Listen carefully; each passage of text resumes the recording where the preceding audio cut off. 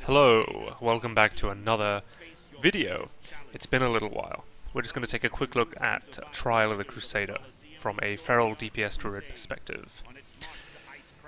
First boss, Beasts of Northrend. It's important just to note, you have to be kind of good at target swapping between the deaths of various things on this. So things like getting a bite off before it dies instead of refreshing Rip, right as it's dying. Various other little things like that, refreshing Raw between, if that makes sense, are going to add up a lot here. As you can see, I always proc Omen of Clarity by popping a cheeky Gift of the Wild just before you go in. Very important. Don't do it too late, because then you won't have time to regen your energy and spend it, but you'd have to do it pretty late to run into that. The weak core I have is Fogies right now. I really highly recommend that. I hope I'm saying his name right. Really, really good stuff. He makes great weak cores. You enter combat before this dude walks through the door, unfortunately. Which means if you want to pre-pop a speed pot, which you should be doing, then you're going to have to do it right before you enter combat, and then you only get like 4 or 5 seconds of speed pot on the actual dude. It's still better than nothing, because we're absolutely going to be using our second speed pot on Ice Howl when he takes, I believe it's 50% more damage after crashing. So this one's essentially a free pot. So as always, one ability that generates you a combo point, whether it crits or not doesn't matter, and then immediately Raw. I'm not really going to focus on the rotation as much in this video, it's more about the bosses. So this, we're just doing absolute bog standard single target. There is enough time to Berserk here, and still have Berserk on Ice Howl in his increased damage phase, which is really, really important. Alternatively, you could Berserk on the 2 worms, Dreadscale and Acid Maw, but I don't think you'd have time to then recast it on Ice Howl unless your guild has very slow kills. So I think this is best if you have half decent kills. Use one immediately at the start, use again on Ice Howl. Kind of keep an eye on his health. All of these mobs die very quickly because they're all part of the same boss fight, so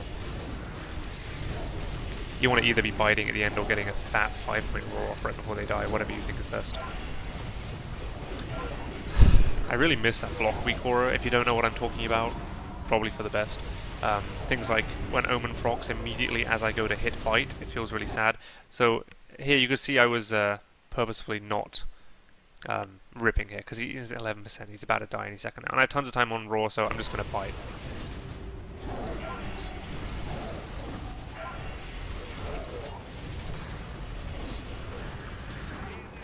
Alright, I think I refreshed the Raw just there. I chose to save my Tiger's Fury. I didn't think I'd have time to spend it. Go ahead and get down some kobolds. Kobolds do count for the logs, by the way, so damage here is useful. So make sure you're not ignoring them. And on these 2 worms, it really depends on your guild strategy. This is early on in Trial, this is week 2, I think, that I'm filming this, so we're not putting them too close together. I am attempting a multi-rip here, and it does go decently well. Fun thing about Rip, by the way, is if you see this number next to my Rip, in my weak aura, this giant number right here is the number of Glyph of Shred Rip extensions, which says when you shred on a target that has Rip, it'll extend Rip by 2 seconds, and it has up to 3 charges. That's why on the other dude, immediately before this, you could see when I actually apply Rip, it starts with a giant 3. Right there. And if I cast Shred, this would go down to 2 more uses, but the timer would go up by 2 seconds. There's a weird little thing, I think it's a glitch, might be unintended, where it doesn't matter which target you cast Rip on, just casting Rip at all allows you 3 more Shred Rip extensions on any target. Very strange. So even though this one, as you can see by the 0, I've already shredded him 3 times and extended my Rip by 6 seconds by doing so, because I moved on to the other worm and applied a Rip again, even though the weak aura doesn't keep up, I now have 3 more shred extensions. So as you can see, it just went from 5 to 7 in terms of time right there, because that's tracking that on the actual mob itself. And then I'll shred again, and it goes up by another 2 seconds, even though I've now done a total of 5 extensions. This is very strange. I don't really know, I suspect it'll stay in, it's not really a game-breaking bug. I don't really know exactly what the optimal strat for multi-ripping these 2 is, just that keep in mind Rip is by far our most damaging ability, and if you can apply it to 2 creatures reliably at once without a lot of time running around between them, you should. but whether or not you want to, how you want to balance your rips and your roars, I'm not really completely sure. See, at this point, maybe it's better to swap onto the other worm and get a rip there, but I'm just going to chill here because I have 5 combo points. And I'll reapply it, and I'll go right back onto this one. This also means, by the way, that in this specific case, when your shreds are extending your rips by longer than they otherwise would because you're multi-ripping, and also on targets where every cast is important because I'm trying to spread my energy between these two worms, you'll see I won't be using a lot of Rake. I do use it on this one because this is the one that we're not targeting as much. I didn't notice at the time that it had deep wounds or whatever the warrior bleed is. I thought it just didn't have a bleed on at all. I should have realized we have a prop warrior tanking it, so of course it's going to have wounds.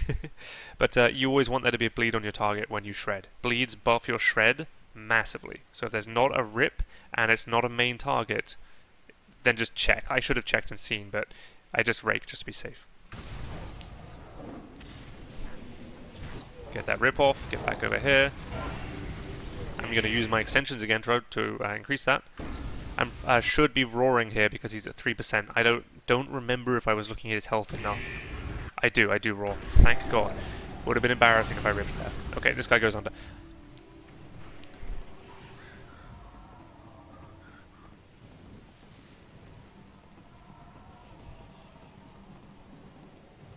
Oh, he's all the way over there. I don't know if you can track him under the ground like a Nubrakan. I wasn't really paying attention to that. Whenever you watch yourself back, you see so many little mistakes. And Runestone does not want to proc. There it goes.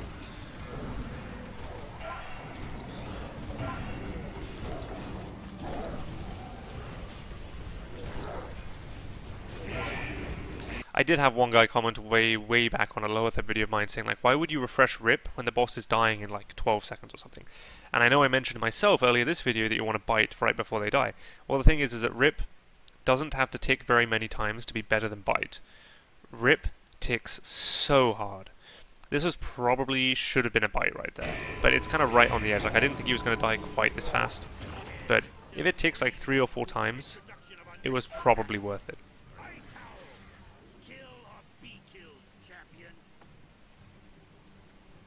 If you're just chilling here before he comes out, feel free to cast Gift of the Wild, give yourself an Omen proc. That's something you should be doing as a Feral DPS, by the way, any time that there is downtime. Just cast Gift of the Wild, get an Omen proc. Really lucky that I got that Rip there in time for before Raw fell. Rip obviously snapshots your Raw. It was really uncertain whether I was going to get it here. So right here, if there had been 1 second less on Raw, you would want to just cast Raw with your 2 points here. Because you want to get Rip as soon as possible up on the target, but it needs to be a buffed with Raw Rip. So if there were 3 seconds left, I would know that's going to be, you know, minimum, if I get at least 1 crit, 2 globals to get these remaining 3 combo points, and then another 3rd global to cast Rip. So if this had been 3 seconds, I would have made it in time. Because it was 4, I decided, you know what, we're just going to go for it. Especially since we have Tiger's Fury, which doesn't take a global and can give us energy if we need it, which we did. But, so we get Rip, then we do just, you know, 1 ability and immediately Raw. So I have Berserk, I'm saving it. Ice Howl charges into a wall and smashes his head. You can see in my top right here, in this WeakAura up here, again, Fuji's, massive crash in 20 seconds. I don't know if there is something that I just can't see. Also, yeah, it's well known, the tank should tank it in a way that melee can have their back to a wall. I don't think he was faced quite right. I remember trying to go over there near the rest of them, and you can see, like, you're not shredding if you're over there. I think this was, like, right on the cutoff for behind the boss. So, I don't know, maybe I was positioning this incorrectly. Yeah, he turns, he breathes, which stuns us while Rip is down. It's one of the worst feelings on this fight.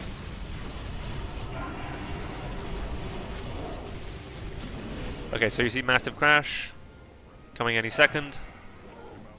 So in this case, there's a lot of time left on Rip, so I'm not doing anything. But if he's about to massive crash, if you see that little timer at like 5-6 seconds, and your Rip only has, you know, 3, 4, 5, 6 seconds left, it is 100% worth reapplying Rip early. It's one of the very few times when it's worth clipping, which means refreshing your Rip, instead of waiting for it to finish.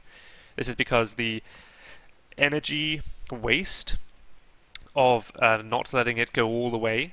The damage per energy is worse if you're clipping it, if you're recasting it early, but it's much better than having just 10 seconds of no rip at all, which is what would happen, and you'll see later in this it does happen to me, if you don't re-rip in time. This I think was fine. That was about yeah, that was fine.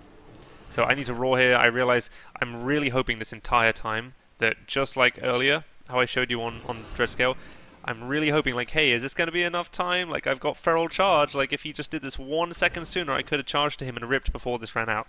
Unfortunately, I realize right now it's not going to happen, so I just yeah, reroll. At this point, he now has his stunned debuff. That's what this timer up here is for. So you get about 13 seconds of him taking, I believe it's 50% more damage. Now this is a boss debuff, which means that there's no point trying to snapshot rip to this.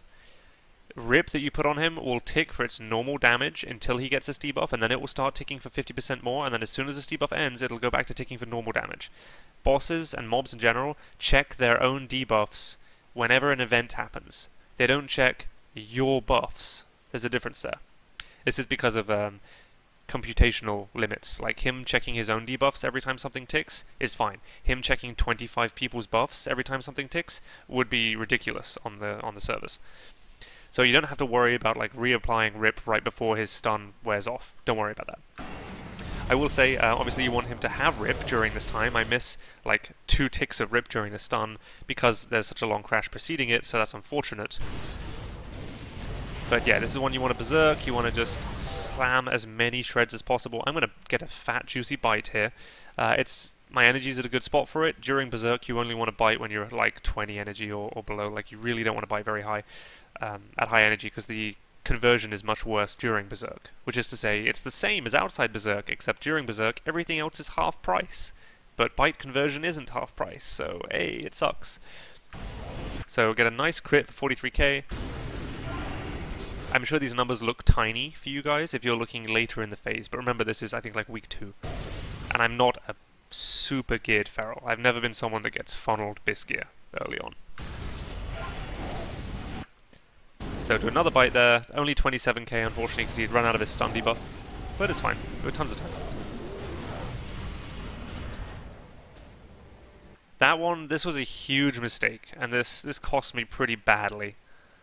Let's go back a little bit here. I don't know if these timers are just off at this point or what, but I was looking at massive crash time at 27. I thought I have tons of time.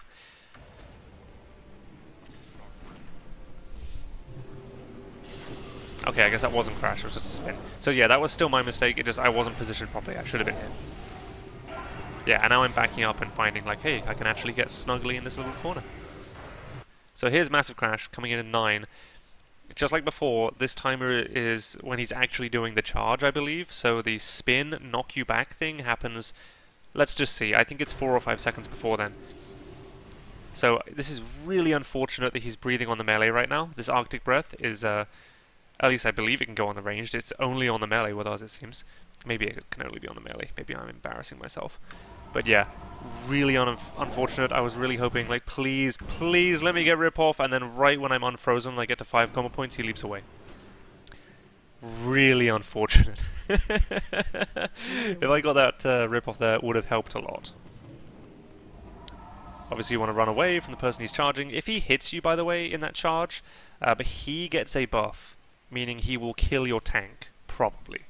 So that's why you don't greed and hang around there and like try to live it with Bark Skin and Survival Instincts. Just fucking leave.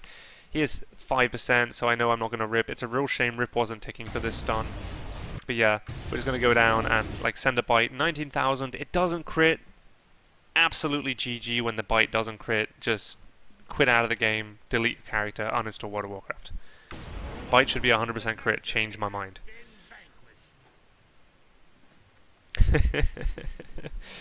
And that is Beasts of Northrend. Okay, this is Lord Jaraxxus, Trifling Gnome. This is one of those fights where it will kind of depend what you should be doing or what you feel comfortable doing on your guild. If your guild struggles at all, or it's like a pug group, you know, a GDKP, something like that, or a split with a lot of crummily geared characters, then you might have to help out more on target swapping. I will say, Feral is one of the worst classes in the game at swapping to tiny little adds that will die quickly. We're quite good at multi-dotting two big adds, like you saw on the worms earlier. We're really bad at turning and killing little things that will be dead in 4 or 5 seconds, because so much of our damage comes from long-term bleeds that we get no value out of on those little things, and we're combo point based, so swapping at all, like, we have to get some good value out of our bleeds in order for swapping to make sense. So ideally on this fight, you basically want to be just full sending single target damage into Jaraxxus, while if you want to pass, making the most out of any swipe opportunity that you get, which is typically when there are 3 or more targets. That is if you are keeping Rip up on Jaraxxus.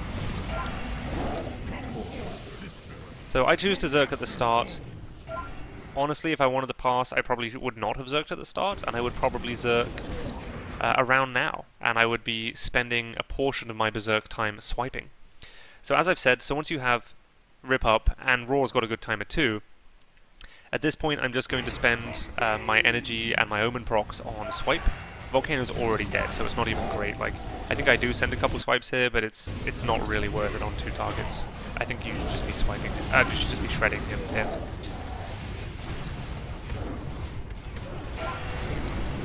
And remember, it's okay to let Rip drop for a second or 2 if you're getting a good trade. I'm not completely sure about my timers on this. I mess them up a little bit.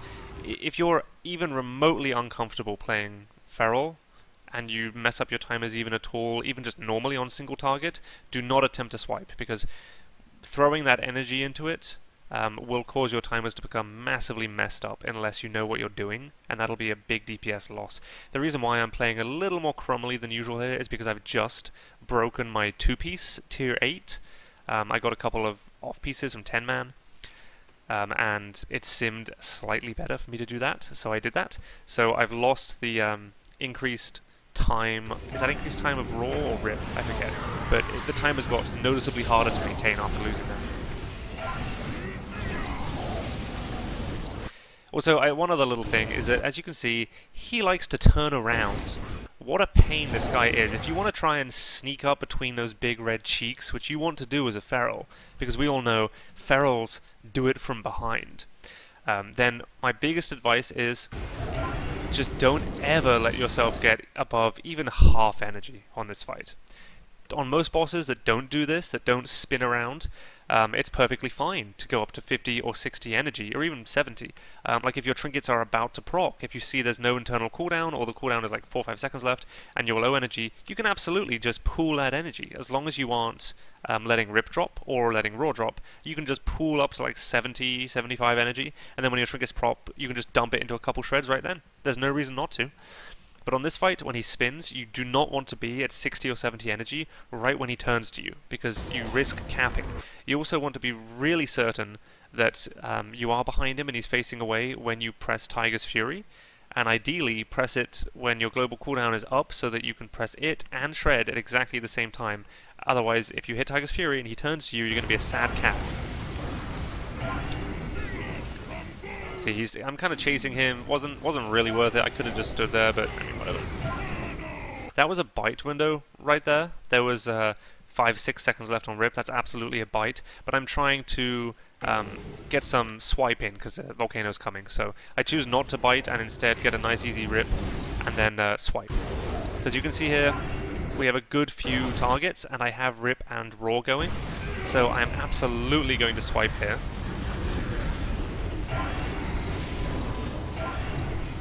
See, these swipes are 100% worth it.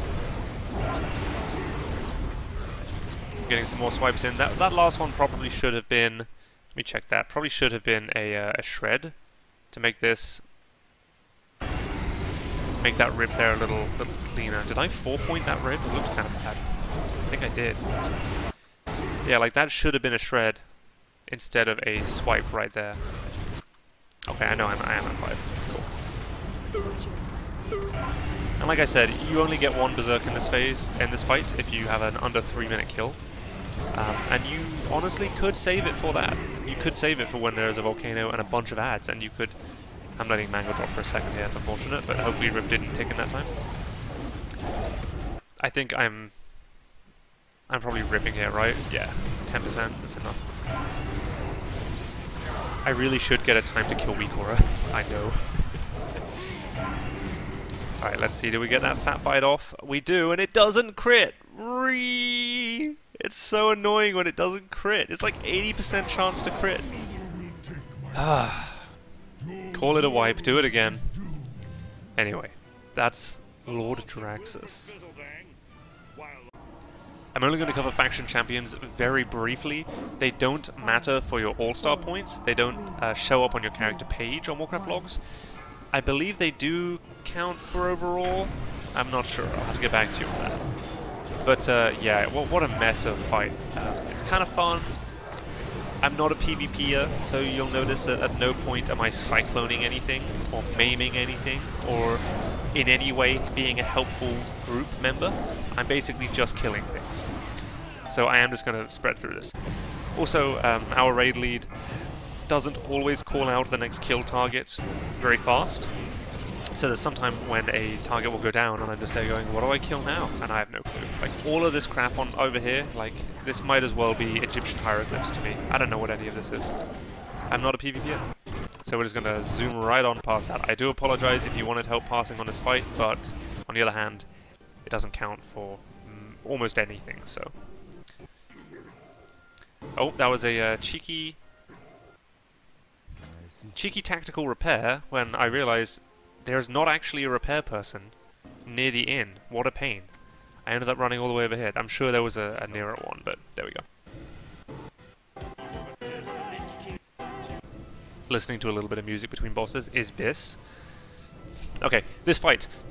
You remember how I said Feral is good at multi-dotting 2 ads that live a long time? You got to be really careful with that on this fight because you need to have one of these buffs. I believe you need to. I don't know what happens if you don't pick one of them. That's a fun thought, actually, just not taking a buff and then multi-dotting both. If you do that, don't blame me if it goes terribly wrong. I haven't thought it through at all. But basically, I've taken Dark here. Take whatever your raid lead tells you to. You want to be hitting the boss that has the opposite color. So I have the Dark buff.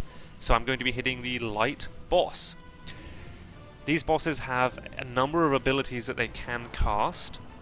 The most worrying one, a little bit of cheeky music, Tears for Fears, I'm a fan. The most worrying one is when I believe the Dark one starts to channel, it's like Pyroblast from Kel'Thas from TBC, if you remember that. He puts up a shield, starts a channel ability, you have to burn through their shield before you can kick the ability, and if you don't, it's very, very bad. So if that happens, then the couple of DPS who have white, and like the tank and whatever, will probably not be able to get through it themselves, so you will have to probably swap and help. Again, this completely depends on your guild. Feral is really bad at swapping for brief moments of time, which is what that is. So ideally, you just completely ignore that, which I think I do in this one. Or you ask your raid lead ahead of time and you make a point, like, hey, I'm a combo point-based class, I'm all about long-term bleeds, I'm really, really bad at swapping to a target for just a few seconds. Really bad at that. So get your pre-pot here, we go in. So I'm just going to treat this fight as pure single target. Week 1, I did multi-dot both of them, as in I ripped both and kept it up on both of them. I did not remember to change my colors when doing that, and that's why it's such a pain. If you have the white buff, you do more damage to the dark one. If you have the dark buff, as I do, you do more damage to the light one. And you do massively less damage to whichever one has your same buff. So in week 1, I was swapping to the dark one and putting a rip up, but I wasn't swapping my buff, and that made me, I think, literally grey pass. It was really bad. If you do want to try multi-dotting, then you'd have to sprint between the white orb and the black orb every time you swap, and that's why it's probably not worth it. Who knows, we'll see. Maybe if your raid tanks them in between the two, then it is worth it. But very early days on that. See, it says change to light, there is a shield, I'm just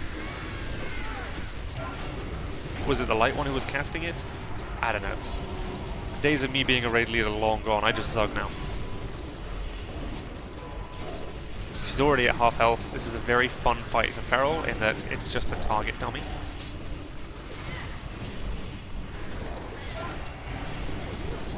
Yeah, I hate moments like that when I go to press Fairy Fire and Omen procs right as I'm going to press it.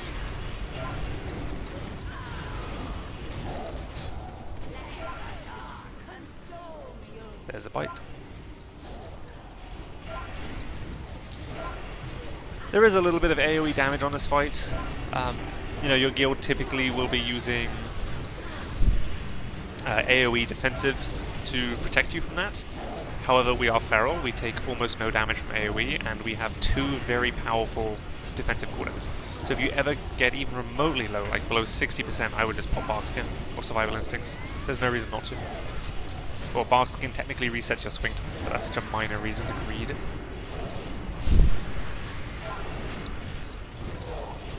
Alright, boss is 10% left, so we're going to start sending those bites. Nice juicy 32k crit. Probably not worth ripping here. Ah, it's probably a mistake. Yeah, that rip was a mistake. Oh well, I wasn't paying attention. There's another Twins Pact. And that's Twins. There's really nothing to say about them unless your guild requires you to swap to help break the bubble. In which case, don't apply rip, because if you haven't sprinted over and gotten the different color buff, then it's going to tick incredibly weakly and it won't be worth it. And it's more about bursting the bubble anyway, so just, I guess, bite, hope it bursts sooner, and then swap back sooner. Swapping back a couple seconds sooner is going to be worth way more than getting that rip up.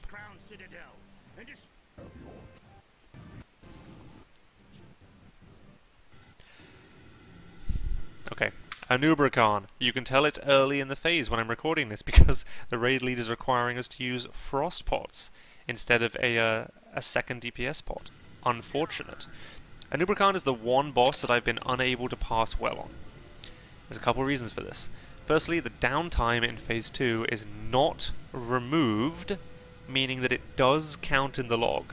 So if you do 10,000 DPS Phase 1, almost nothing Phase 2, because you're just running around, and then Phase 3 you do 10,000 again, your average from that whole time span is taken.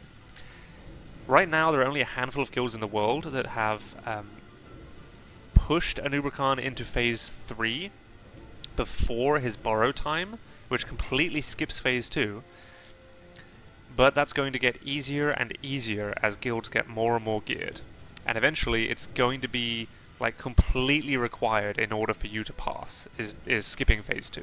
Because just having a minute of just casually running around doing nothing, and that whole time your DPS is just dropping down and down, it's not viable to pass doing that. Right now, at the time of making this video, it is. There are plenty of logs of people passing with 2-phase noobs, but it's going to get much harder to do. I will say as well, this is kind of like Twins.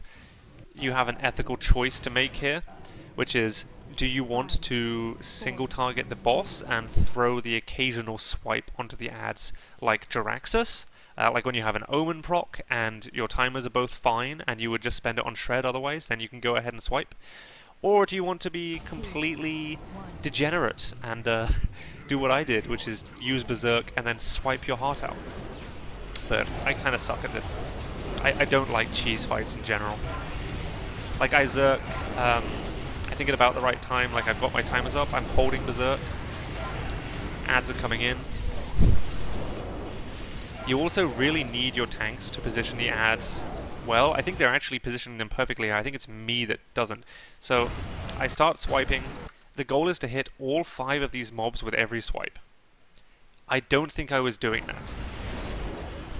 I am keeping Rip up on the boss because I'm trying to at least pretend I'm not being completely brief. So you see a number of my swipes are only hitting the boss in 2 sets of ads. I think I'm too far forwards. It's kind of a cone in front of you, so I think I needed to back up a little bit more here. But yeah, this was really, really bad. I really needed all of these swipes to be hitting every single mob. Okay, well the ads are dead, so we're just going to go back to single targeting.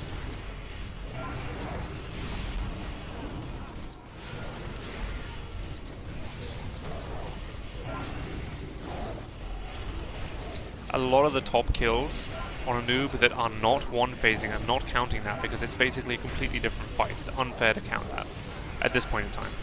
A lot of the top kills currently for ferals are swiping like crazy and are doing close to 1,000,000 damage in swipes.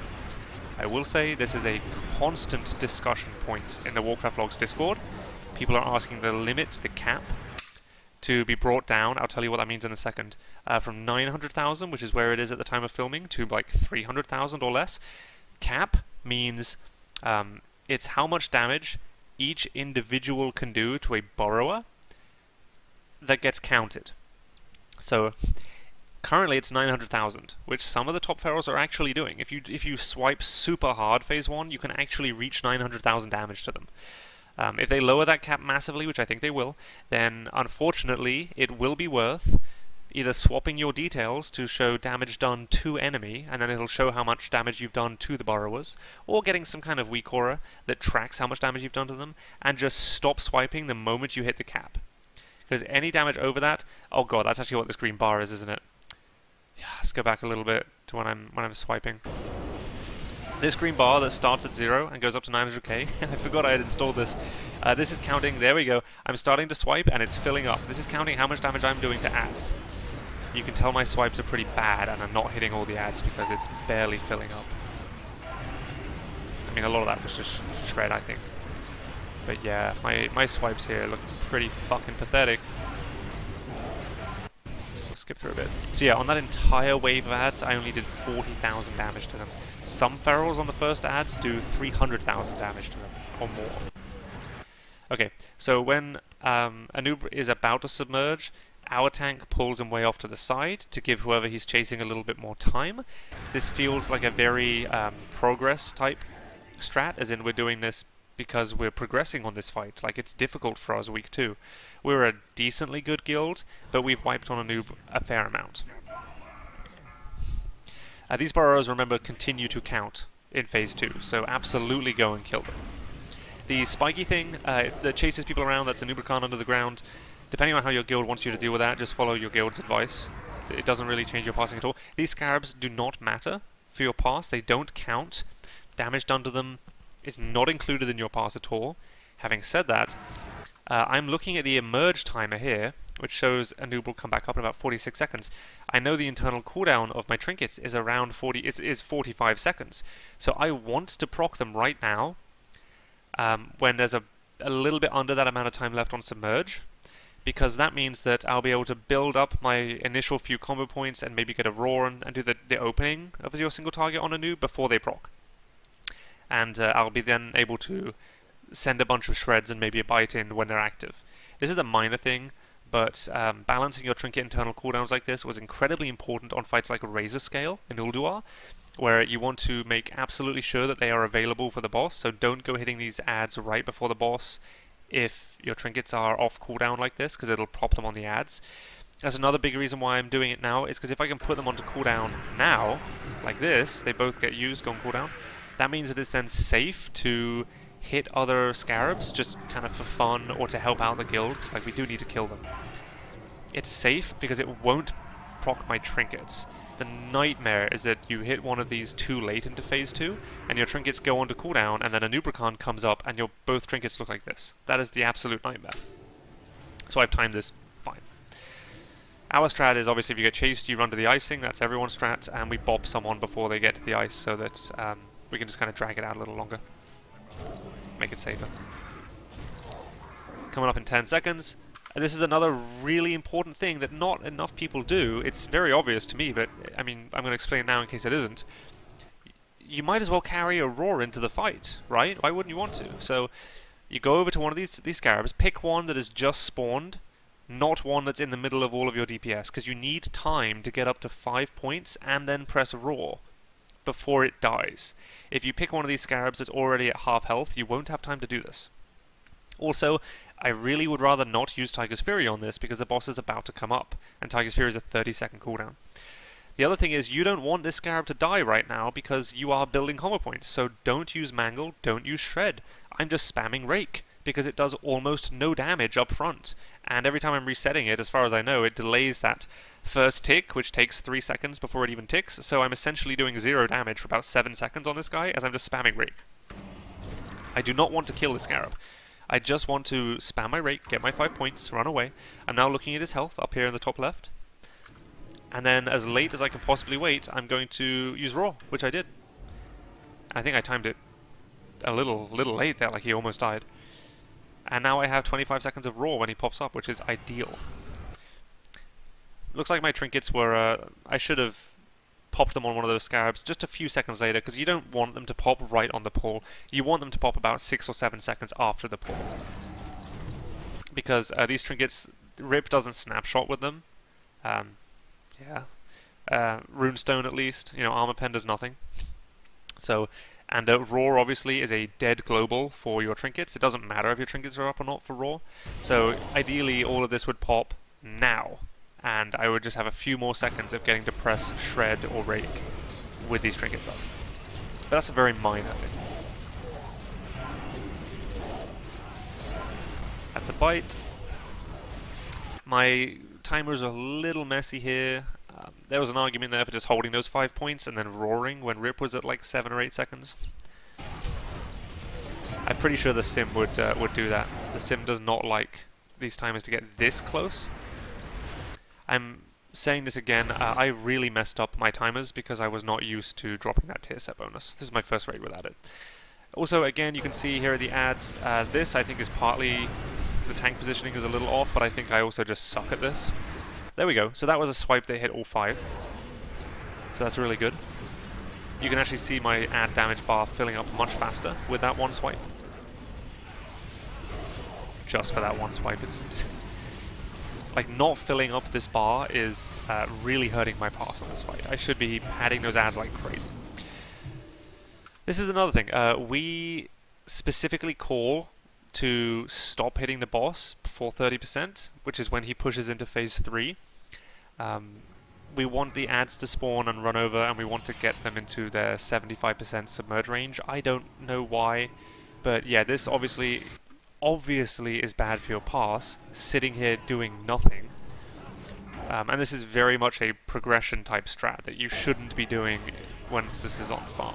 Our off-tank murderers just fucking dies right there, which is unfortunate. At this point, by the way, once the boss hits 30% and the new phase begins, phase 3, you'll know because, firstly, you just should be looking at his health. I res merds because I'm a team player and I don't want to wipe. I am doing a little bit of swiping. Yeah, it says stage 3, he hits, I guess, 31%, 30%, and he starts casting Leeching Swarm. At this point, damage done to ads does not count. Doesn't matter if they were already alive before he hits 30%. As soon as he hits 30% and phase 3 begins, damage done to them does not count. So do not swipe at this point. Even if they're all stacked up, do not swipe. Just pure single target into the boss. My timers go super wacky. Everything's kind of going wrong, but it's okay.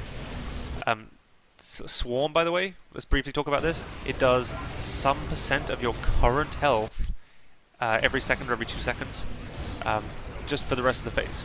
So, obviously, if you're at 30,000 health, it's going to do like 6,000 damage.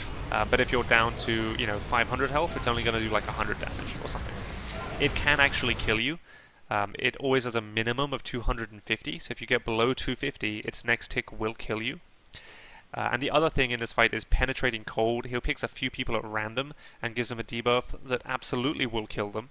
It ticks for like 3,000-4,000 damage, I think, maybe 5. And given that everyone's going to be naturally hovering at very low health because of the percentage-based damage, a couple of ticks of that will kill you. Because of this, the raid lead mandated that we all use Frost Protection Potions, which again, definitely a progression type of strat. You should probably be using a speed pot here once the boss is on farm. I know I will be. But this just allows the healers a couple of ticks of Penetrating Cold before they realize and react and save you. And our healers were suffering just a little bit with that. We're struggling a little bit with that. I will say Bark Skin, obviously, amazing during this phase. Use it when you get very, very low. If you get down to like 500 health or less, when there's a chance that a couple more ticks of Leeching Swarm will kill you, Bark Skin's great. Survival Instincts increases your max HP, so it's a very good one-off cooldown, like just use it if you're about to die, but when it runs out, you will have more HP, and so you'll start taking more damage from Swarm until you get back down to your low amount. So it's kind of a... I'm not explaining that very well, but it's a little bit more of a risky cooldown to use Survival Instincts here. The Bark Skin, absolutely. Okay, our off-tank is dead again. One of the healers is dead. Things are going horribly wrong. Most of the DPS is still alive. Boss is at 10%, so we're just going to continue pumping and hope. I am typically always second or third on threat. Yep. So if the main tank dies like he just did, the boss tends to turn and hit me. So I go to turn around. We have our off-tank Vex still alive. He's actually normally our main tank. I know he's very geared, so he taunts a noob. I'm just trying to get behind him. Vex is now dead. I'm also dead, but I have a Soul Stone. Get back up, get some damage in. Just so this wasn't clear, this is no longer part of the How to Pass guide. I don't recommend that your guild does any of what you're seeing here. This is just because it's week 2 and we're still kind of messy. But hey, he dies! We got the cape. I mean, we as a guild got the cape. I didn't get it, but hopefully I'll get one eventually. So that's Anub'aran. I'm also going to show you guys the big reveal from the thumbnail of my Warcraft Logs page. Here it is. Yeah, this happened 2 weeks in a row on Anub'aran. It's a combination of the raid lead calling for us to stop DPS, the not one-phasing it, the me sucking at swipe positioning, and dying at the end of the fight. So this is the article that I want to show you on articles.classic.warcraftlogs.com, which is, if you just Google warcraftlogs.com, I think there's a link from this to their articles somewhere on here, but you can just Google it. This is the Trial of Crusader boss passing rules. The hint is in this name that it's a very important document. They do update this whenever they make a change, so you should be checking this out every now and then. There is also a Warcraft Logs Discord, which myself and a whole bunch of other people are in, and that's really good place to go and hang out and kind of get the community feeling on different things, see ahead of time any changes they're thinking about making. They typically poll this stuff, or just kind of react to community feedback. So go there if you want to give feedback to them. Northern Beast downtime is removed between Phase 1 and 2, so that's the roleplay time, and Phase 2 and 3. Damage done during this time still counts, as I mentioned, so the snowballs still count, so you want to turn and kill them. We already covered this. There's no cap on snowballs, but there might add one eventually. Draxus, no changes. Okay. Spell stealing is allowed. Not a feral thing, it's a mage thing, but whatever. Faction champs removed from all-star points. Character pages, complete raid. Okay, so it is removed from complete raid. Yeah, this fight is a complete nonsensical fight. Twins. The damage bonuses are normalized. This means that you do way more damage to the boss that has the opposite color to you. If I have the dark buff and I hit the light buff, I do way more damage. That is brought down in the logs by the exact amount that it buffs. That's what normalizing means. If I do, I don't know, 2 times damage to a boss and that gets normalized, it just cuts it in half. So it goes down to normal eyes. But this, I misread this at first, and I thought it also normalized the damage resistance on the wrong target, and that's why I was multi-targeting last time. But it doesn't. So you just hit the right target, play the normal way in the game. This doesn't actually affect your in-game play really at all. Anub'aran. Healing doesn't really matter for us. Damage done to the scarabs is removed in Phase 2, so just use them how I described for your trinkets and your raw. Damage done to burrowers in Phase 3 is excluded except for the tanks, cool, and damage done to the burrowers is currently capped at 900,000. That's that bar I showed you. Awesome. Thank you so much for watching this video. I hope it was informative and helpful. Do